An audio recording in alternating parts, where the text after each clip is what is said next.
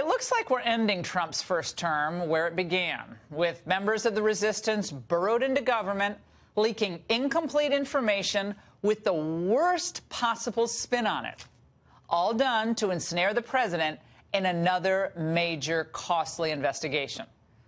In January 2017, it was Comey and the deep state.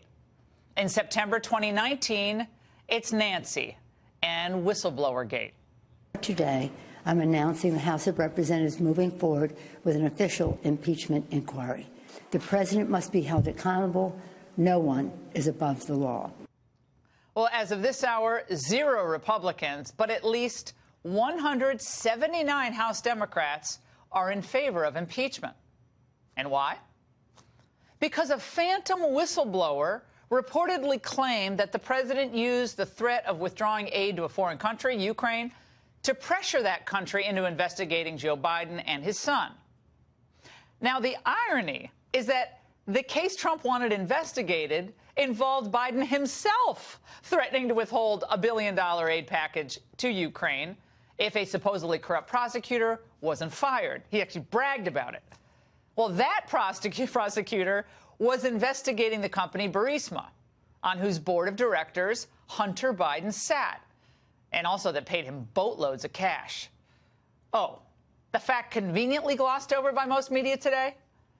The whistleblower has no firsthand knowledge of the president's conversation. Oh, but none of that matters. The actions taken to date by the president have seriously violated the Constitution. I think what is going on is that the president has committed several impeachable offenses. These horrible, obviously impeachable offenses. Another impeachable offense. He is already, I believe, the most corrupt president in American history. Now, ludicrous. Yet the Democrats, if nothing else, they know drama. Congressman John Lewis kicked off today's festivities, pouring on the emotion. Today, I come with a heavy heart, deeply concerned about the future of our democracy. And I'm not alone. This incendiary drumbeat all day long had this effect on the markets. The Dow plunged roughly 200 points before bottoming out around 1 o'clock. Well, it recovered after the White House said it would release an unredacted transcript of the call with the Ukrainian president. But it then sunk back by the end of the day when investors anticipated Pelosi's big impeachment announcement. New calls for impeachment hitting Wall Street. Stocks slammed after Democratic Congressman John Lewis called to begin impeachment proceedings against the president. Right now, Nancy Pelosi is meeting behind closed doors with the House Democratic Caucus. The speaker will hold a news conference immediately following that meeting. Now, the most sickening thing about the phase, and it's a phase that we're about to enter, is that House Democrats, they know impeachment, a whole inquiry is futile.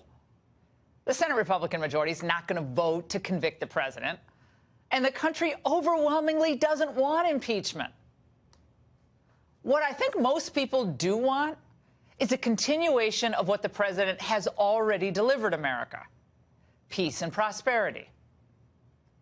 The truth is, despite all the dire predictions of a looming Trump recession that started kind of at the end of last year, that now seems highly unlikely. So Democrats are in an unenviable position going into 2020. That's why they couldn't even mention the economy at all at the last debate. Instead, it was all, he's a racist, he's a white nationalist, xenophobe, and other personal attacks. Anything but a serious discussion about how they would outperform Trump's economy. Look, it's just a continuation of the witch hunt. It's the worst witch hunt in political history.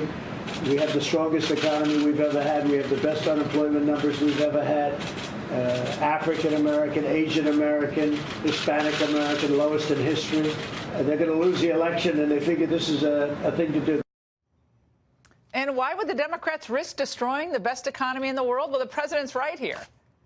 Why would they risk hurting millions of entrepreneurs and workers who've seen wage increases, or families who now have more money in their pockets? Well, it's not just the president who had a hint about that. Earlier today, Nancy Pelosi inadvertently revealed the reason. What's more serious is that he can't win. That is very serious to our country. Oh, yes, he can win, Nancy. And you and the overzealous radicals in your caucus could very well be helping him seal his second term. Beyond the grandstanding and all the fulminating today, the Democrats proved once again that they are incapable of putting the greater good of the country ahead of their own hatred of Trump and their thirst to regain power. Pushing the nuclear button of impeachment, it's an admission that they are not confident, not in their ideas or in their candidates. Can't beat them? Impeach him. Hey, why don't they put that on a bumper sticker? And that's The Angle.